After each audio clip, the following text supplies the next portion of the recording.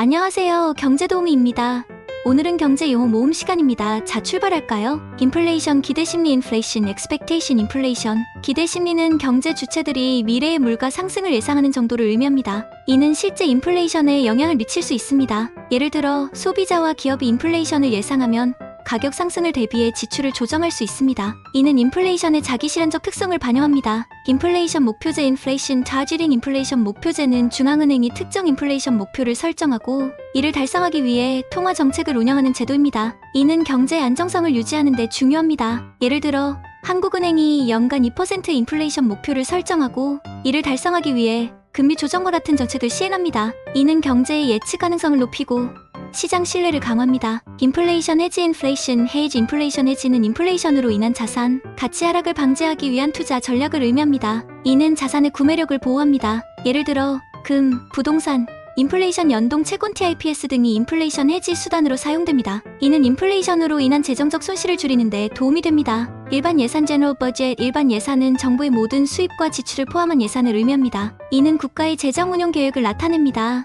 예를 들어 교육, 국방, 복지 등에 대한 정부 지출이 일반 예산에 포함됩니다. 일반 예산은 정부의 정책 우선순위를 반영하며 경제 안정과 성장을 도모합니다. 임금, 웨이지. 임금은 노동자가 노동 제공의 대가로 받는 보수를 의미합니다. 이는 경제 활동의 중요한 요소입니다. 예를 들어 월급, 시급, 연봉 등이 임금에 해당합니다. 임금 수준은 노동시장의 수요와 공급, 노동자의 숙련도, 노동 조건 등에 따라 결정됩니다. 이는 개인의 생활 수준과 소비 능력에 큰 영향을 미칩니다. 임대료, 렌트. 임대료는 토지, 건물, 장비 등의 자산을 사용한 대가로 지불하는 비용을 의미합니다. 이는 부동산 시장의 중요한 요소입니다. 예를 들어 주택 임대료, 사무실 임대료 등이 이에 해당합니다. 임대료는 자산 소유자에게 정기적인 수입을 제공하며 임차인에게 자산을 사용할 수 있는 기회를 제공합니다. 임대차 계약, 리스 어그리먼트. 임대차 계약은 임대인이 임차인에게 일정 기간 동안 자산을 사용하게 하고 그 대가로 임대료를 받는 계약을 의미합니다. 이는 법적 효력을 가집니다. 예를 들어 주택 임대차 계약은 임차인이 주택을 사용하고 임대료를 지불하는 조건을 명시합니다. 이는 양측의 권리와 의무를 규정합니다. 임시직 temporary employment. 임시직은 일정 기간 동안 임시로 고용되는 직업을 의미합니다.